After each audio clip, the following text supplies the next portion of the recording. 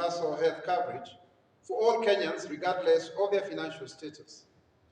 This initiative is built on 4 key pillars, namely sustainable health financing, effective supply of healthcare products and technologies, adequate healthcare workforce, and comprehensive integrated health information systems. Sustainable financing has been a challenge under the National Health Insurance Fund, which relies on contributions from employed individuals as a primary source of income. This focus has hindered broader health financing, which is essential for the provision of equitable healthcare services to all of us as fellow citizens. To address these challenges, the government established the Social Health Authority. The SHA aims to include all adults in contributing to a sustainable fund that covers a wide range of health services, unlike the National Health Insurance Fund, which mostly required additional community fundraising efforts. We all know how much we've been contributing to various problems that bedevil our people. Like now I have my friend John Mutukiza. He's a sickle cell patient, a warrior, a very great man, a thespian, but he just can't access medicine because of his debilitating condition. In fact, one of his, the whole part of him is really in dire stress. So there are many of those stories. There are so many John Mutukizas, that require fundraising and help across this country. So SHA will ensure that every citizen can access quality healthcare through enhanced government financing. And when we talk about government, ladies and gentlemen, we are talking about our own individual contributions, because you and I are government.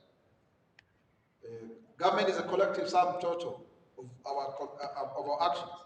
When I come to speak here, together with my deputies, we speak for all of us in government. It's a collective, just that if it was a human being, then this would be the mouth. But we are the government. So I think that's the ownership. These are public funds. And of course, this is possible through the newly introduced legal frameworks aimed to facilitate the transition to universal healthcare. That is the aim. The frameworks are aimed at facilitating this transition to UHC. We know very well that UHC has been tried under the Kibaki administration. It wasn't successful. It was tried under the Big Four agenda. Again, it didn't succeed. Let's get it right under the Kenya Kwanza administration, or the broad-based government, as we know it now. The frameworks include the Primary Healthcare Act, the Social Health Insurance Act, along with the Emergency, Chronic, and Critical Illness Act. Together with these 3 frameworks, we'll create the funds for the primary healthcare, that's the first one, the Emergency and Chronic and Critical Illness Fund, and both of which will be publicly financed, and the Social Health Insurance Fund to be financed through individual contributions. So the first 2, the Primary Healthcare Fund and the Critical Care, will be directly sourced from the Exchequer, but the rest will be based on this contribution that we are making. The shift from NHIF to SHA aims to provide comprehensive, quality, and equitable healthcare for all Kenyans, including those in the informal employment sector, through the engagement of community health promoters, CHPs.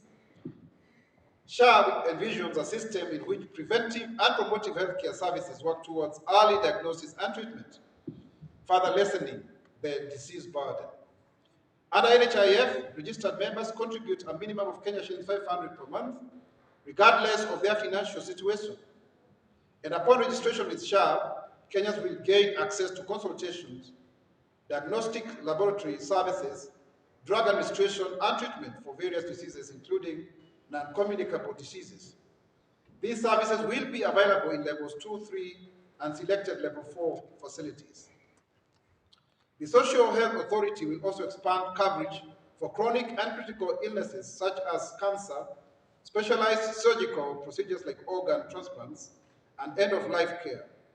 Another key feature of SHA is the enhanced Linda Mama package, which supports maternal and child health care, This package addresses high maternal and infant mortality raised by covering all antenatal delivery and postnatal care services, unlike NHIF, which provided antenatal and delivery care only. The package also includes anti-D serum injections for rhesus-negative mothers, as well as care for post-delivery complications and infections. Additionally, essential newborns can also newborn care will also include immunization and management of neonatal complications, which will be available from level 2 to 6 hospitals across the country. This comprehensive approach ensures better health outcomes for mothers and their children, reinforcing the commitment to universal health coverage in Kenya. And people are asking, why can the government migrate NHIF database to SHA? It's a different demographic, it's a different contribution, and also there are actually 3 funds. So you can't just have the same old thing. That's like putting, new wine in old wineskins. People are also asking, are we going to pay more for less? And the answer is no. It's actually very enhanced because for the first time, as I have enumerated, we are even going to have a critical care fund, primary health care fund, then SHIF. There are 3 of them. So you can imagine, like for critical care, it's like calling what we have now called excratio. It's beyond your contribution because maybe the 300 may not be enough.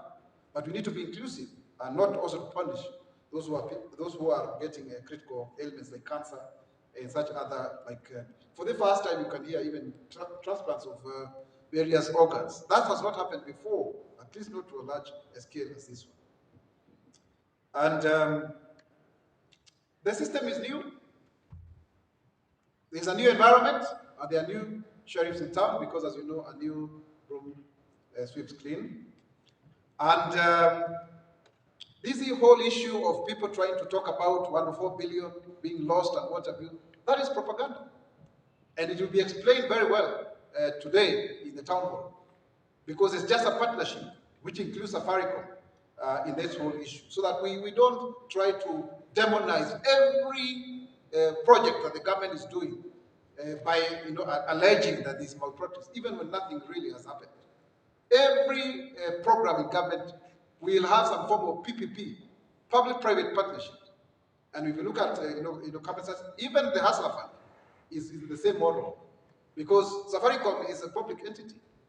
We own at least 35% directly as government, another 20% by many Kenyans, over and above the other shareholders. So I think that is the same thing in many of these partnerships, because sometimes the infrastructure is actually owned by people in the private sector, and no country in the world over can develop without them. Is there enough public participation? Yes. We continue to engage, and we continue to hear from the people in the spirit of continuous improvement, as the Japanese call it, Kaizen.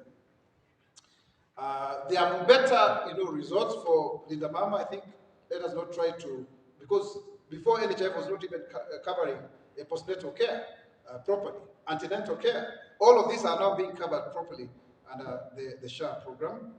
And of course, the issue of strengthening our public hospitals vis-a-vis the private ones is not negotiable. We need to have more of them functioning rather than people resorting to private means, because they are very expensive, of course, to many people.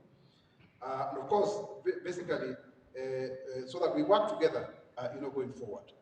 So now, moving to other issues, it's also good to highlight, like in the last 2 weeks, we've had very good results from various foreign trips by the president, who has become the #1 international diplomat.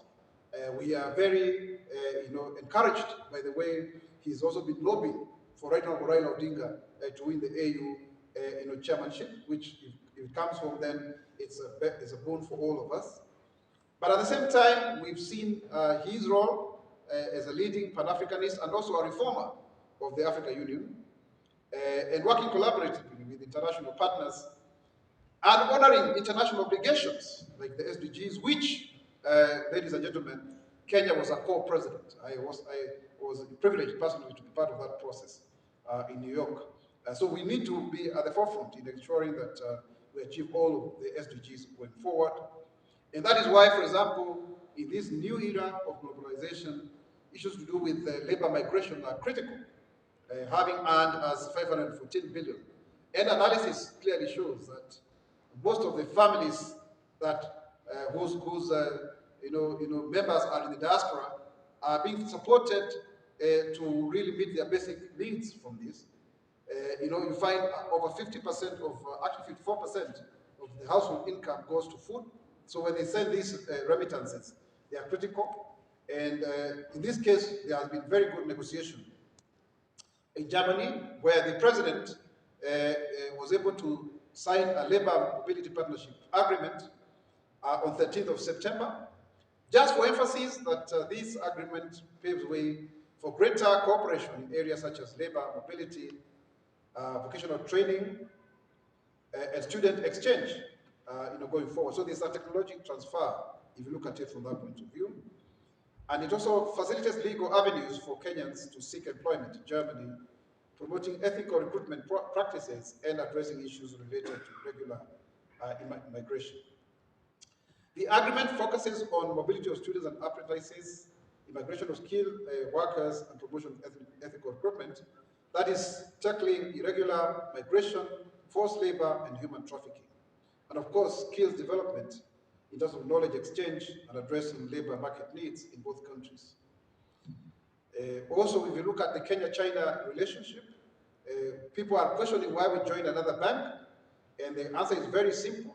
The Asian Infrastructure Investment Bank, AIIB, is really a membership club of 109 countries. Kenya is now fully paid, and we have $100 billion to draw from, so that we can finance this huge ambition of roads, railways, and ports, and harbors, and airports, and all of those kind of things that we require to do, either directly, G2G, or even using the public-private partnerships that we are proposing.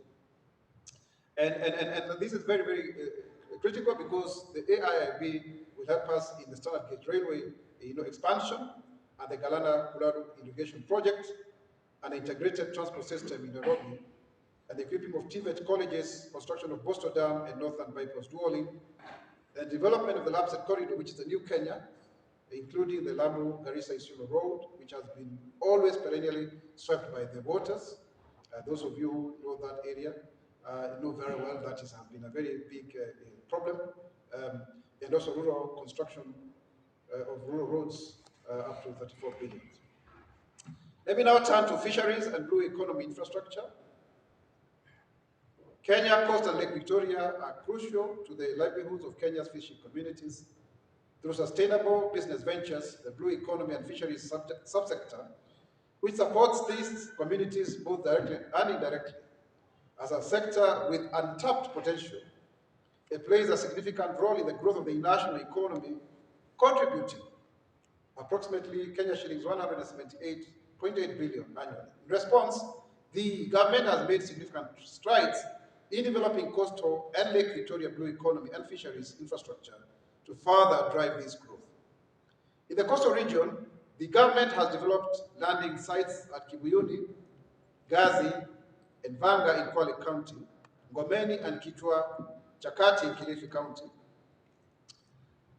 Usiulize kama ni Kitwa Chakando. These projects, valued at Kenya shillings 163.8 million, aim to support the livelihoods of local fishing communities. Additionally, more than 5 landing sites are under construction in Mwaepe,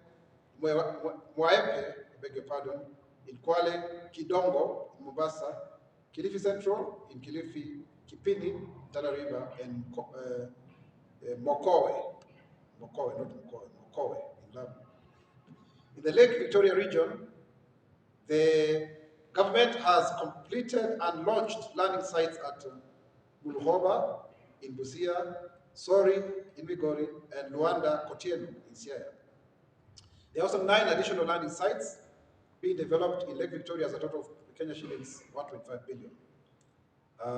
You know the story of Kabonyo and the other places. And this is on an ongoing basis, and we'll continue with that. And such projects will improve livelihoods of people in the region by increasing business activity translating to more money in the pockets of Kenyans. On aquaculture, in order to meet the huge market demands for the blue economy and fisheries products across the globe, the government has also established 100 smallholder aquaculture groups, commonly known as SHGs. Through these groups, 1,200 smallholder farmers have been supported with pond and rehabilitation and construction materials. These group ventures will serve as a boost for their earnings while catalyzing food and nutrition security. The program has created jobs at 90 aquaculture technical extension officers trained on technologies, innovations, and management practices have been hired. The government has provided 3.2 billion shillings in grants to fund 1,263 common interest groups, helping to keep the fishing communities economically resilient. These groups, which include youth, women, community-based and self-help organizations, have used the funds for fishing, boats, Jkia, coral reef restoration, and mariculture.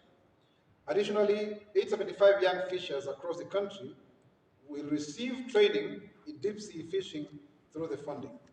As part of the government efforts to empower participants in the sector, 150 BMUs, beach management units, very well structured, have been transformed into cooperatives, that is 84 in the Lake region and 61 in the coastal region. This transformation is expected to enhance organization, resource access, and growth opportunities for small and medium-sized enterprises across these communities. And I remember coming across Mwakamba, a BMU in the Diani area, very well organized people near the Congo River, the Congo estuary. Despite these developments, the subsector continues to face challenges from illegal, unregulated, and unreported fishing, which is really happening at a large scale, especially in the international waters. And to combat this, the government has strengthened its monitoring, control, and surveillance efforts. And a total of 123 fishing boats have already been distributed to fishing communities, and 125 additional offshore deep-sea fishing boats will be procured at the cost of Kenya 600 million. And the Kenya International Boundaries Office, which is under the executive office of the president, is doing a very good job in reclaiming a lot of international seawater. This will be announced very shortly of what gains we've made by none other than His Excellency the President. 6 patrol boats are also in operation across the coast, Lake Naivasha, Lake Victoria, and Lake Victoria, to address overfishing and protect the Kenyan waters, so that everybody can have an opportunity to really do that which is required. So as you can see from our weekly briefings, we will also be going machinally, just as we've done before. We'll also be having panels going forward so that we can have a more engaged, robust way of delivery of what government is able to do, so that we can have a feedback mechanism that also empowers the Kenyan population. But we really want to ask the members of the fourth estate to join us, because when we develop the country, we develop it for everyone of us. I would also want to call upon Kenyans to support His Excellency President William Ruto, because when he succeeds, the country succeeds. But when we experience any form of failure, it is also collective. Because today, we are the ones who have the responsibility of being in charge of government. Tomorrow, it could be some other group of people. But when you look at development, it's really a relay. You have to pass on the baton to the next. So when you succeed in your legwork, in your part of the race, it also means that the other person will run better, faster, in a more ebullient and efficient manner. And that is how economies have been built the world over. So when you talk about taking advantage of the blue economy, when you talk about taking advantage of a healthy population, it's only when we'll be able to do so that we can reap from the demographic dividend of a median age of about 20 years, being the second youngest country in the world after Uganda. So, ladies and gentlemen, fellow Kenyans, I would want to really plead with you that we join hands and embrace this key program of SHA, so that by 1st of October we are all registered, And as a result, our students will be able to get eduafia, will be able to get proper medication. We will not have this issue of Harambes every other weekend. It should be a thing of the past, and then we are able to move forward. That way, we'll be able to have a prosperous country that can also meet its needs. And we've made very good progress. It's been done. Now we are not importing sugar. That's the fact, because of these concerted efforts in the last 2 years. Now we have brought down the cost of living significantly. That's not something we can actually debate. The cost of